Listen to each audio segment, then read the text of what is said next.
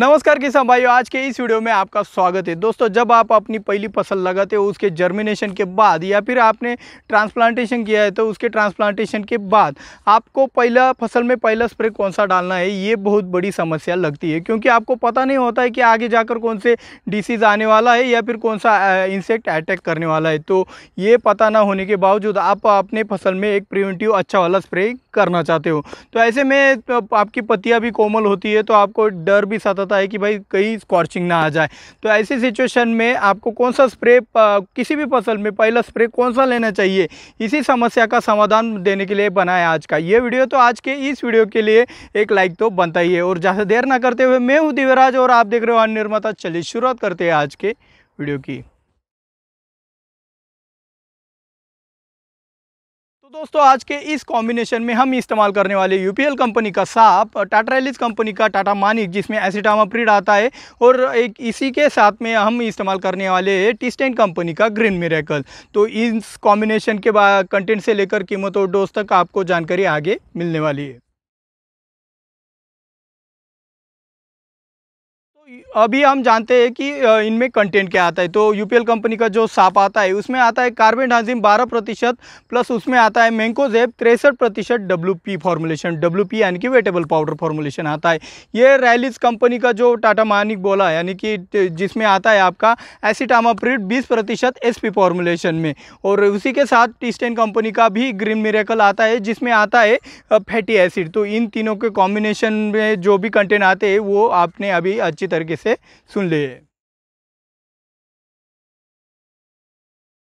तो साप और टाटा मानिक और ग्रीन मिरेकल, इन तीनों के ऊपर हमारा डिटेल में वीडियो बन चुका है। फिर भी यहाँ पे आपको एक मोटा मोटी एक छोटा सा अंदाज देने के लिए शॉर्ट में आपको मोड ऑफ एक्शन बताता हूँ कि भाई जो आपका साप आता है जिसमें कार्बेडाजिम प्लस मैंकोजेब आता है। कार्बेडाजिम एक सिस्टेमिक वाला फंजीसाइड है और आपका मैंकोजेब ब्रॉड स्पेक्ट्रम वाला कॉन्टैक्ट वाला फंजीसाइड है। दोनों फंजीसाइड बहुत ही बढ़िया काम करते हैं सांप में, जो कि प्रिवेंटिव के लिए बहुत ही बढ़िया रहते हैं। और शुरुआती में तो कोई डिसीज़ नहीं होता है, तो यही वाला प्रोडक्ट हमने सबसे सस्ते में सबसे बढ़िया वाला इस कॉम्बिनेशन में बिठा दिया है। इसी के साथ हम इस्तेमाल करने वाले टाटा मानिक। तो टाटा मानिक की मोड ऑफ एक्शन तो आपको पता है भाई, एसिटामाप्रिड नियोनिकोटिन ग्रुप का ये इंसेक्टिसाइड है जो सिस्टेमिक तरीके से काम करता है।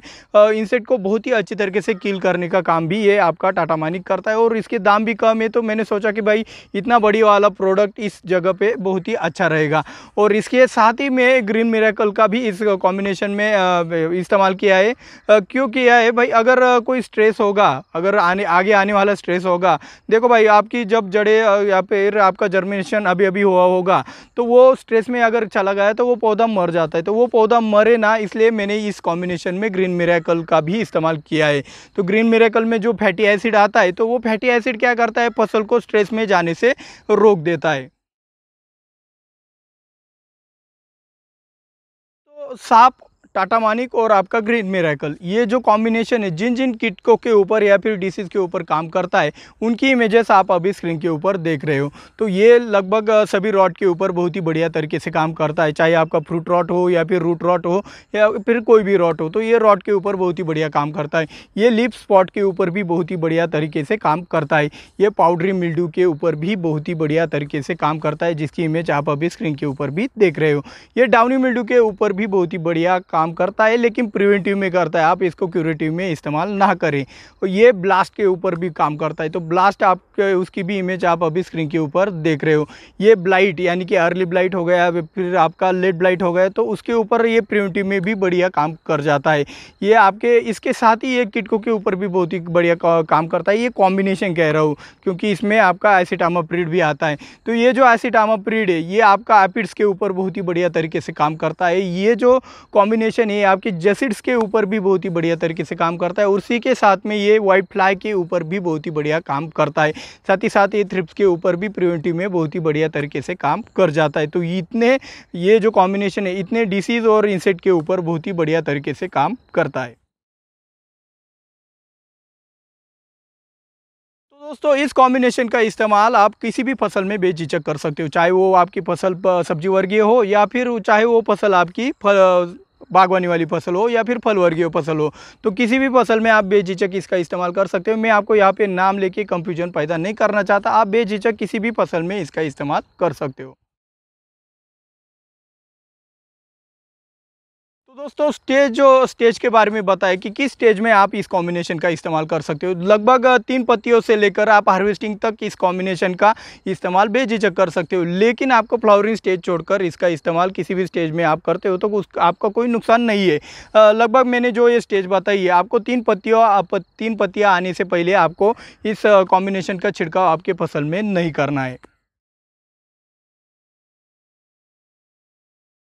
तो अभी हम जानते हैं इस पूरे कॉम्बिनेशन की कीमत और डोज के बारे में। तो पहले हम बात करेंगे डोज के बारे में।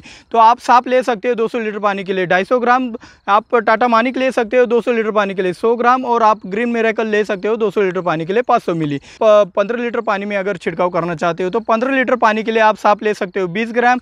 15 लीटर पानी के लिए आप एसिटामाप्रिड यानी कि आप टाटा मानिक ले सकते हो 8 ग्राम, और उसी के साथ आप ग्रीन मिरेकल का भी कॉम्बिनेशन कर सकते हो। 15 लीटर पानी में आपको लेना है ग्रीन मिरेकल 40 मिली। तो अभी इस पूरे कॉम्बिनेशन के ओवरऑल प्राइस के बारे में आपको बताता हूँ। तो कीमत जानकर आपके होश उड़ने वाले, क्योंकि इतना कम दाम उसका इस कॉम्बिनेशन का बन जाता है। तो लगभग इस पूरे कॉम्बिनेशन के 200 लीटर का खर्चा लगभग 500 रुपये। तो आपको ये जानकारी इतनी बढ़िया लगती है भाई, इससे भी बढ़िया अगर जानकारी आपको अगर चाहिए तो मैं ये जानकारी आपके लिए ढूंढ के निकाल लूँगा। लेकिन उसके लिए आपको मेरे को मोटिवेट करना पड़ेगा, और मोटिवेट करने के लिए आपको ये जो नीचे लाइक का बटन है वो दबाना पड़ेगा। और जिन्होंने अब तक सब्सक्राइब नहीं किया है भाई, जल्द से जल्द सब्सक्राइब भी कर देना, और जो लोग सपोर्ट करना चाहते हैं भाई दबा के शेयर करना। तो दोस्तों आज की खास बात में हम आपको फसल की पहली अवस्था में जो कंफ्यूजन होती है उसके बारे में आपको बताने वाले हैं। देखो दोस्तों, क्या होता है, आपकी फसल अभी अभी उसका जर्मिनेशन या फिर टिपी हुआ होता है, और आपके मन में एक उत्साह रहता है कि भाई मैं मेरी फसल बहुत अच्छी करूँगा, और उसी चक्कर में आप क्या करते हो, लार्विन हो गया, बेनिविया हो गया, फॉलिक्योर हो गया, निटियो हो गया, लूना हो गया, ऐसे बढ़िया वाले प्रोडक्ट आप आपके फसल में डालते रहते हो। तो उससे क्या होता है, पहली स्टेज में तो कोई ना डिसीज़ होता है ना इंसेक्ट होता है, और ऐसी स्टेज में अगर आपने इन भारी वाली दवाइयों का इस्तेमाल कर लिया और बाद में इन इंसेक्ट का या फिर डिसीज़ का अटैक हो गया तो उसे कंट्रोल कर पाना बहुत मुश्किल जाता है। तो पहले शुरुआती में आपको ऐसे हल्के हल्के और अच्छे वाली दवाइयाँ ही इस्तेमाल करना है। ऐसा नहीं कि हल्के मतलब वो काम भी ना करे तो भी चल जाएगा, ऐसे नहीं, काम करने वाली लेकिन जो सस्ते में मिलती है और अच्छी भी है वही वाली दवाइयों का आपको इस्तेमाल करना है। जैसे कि उदाहरण के लिए एक कॉम्बिनेशन मैंने आपको अभी बता दिया है, तो आपको एक और कॉम्बिनेशन शुरुआती की अवस्था में कौन सा छिड़काव करना चाहिए ये अगर जानना है तो इस वाले वीडियो के ऊपर आप क्लिक करके वो वाला कॉम्बिनेशन भी जान सकते हो। मिलते हैं अगले वीडियो में। जय जवान जय किसान।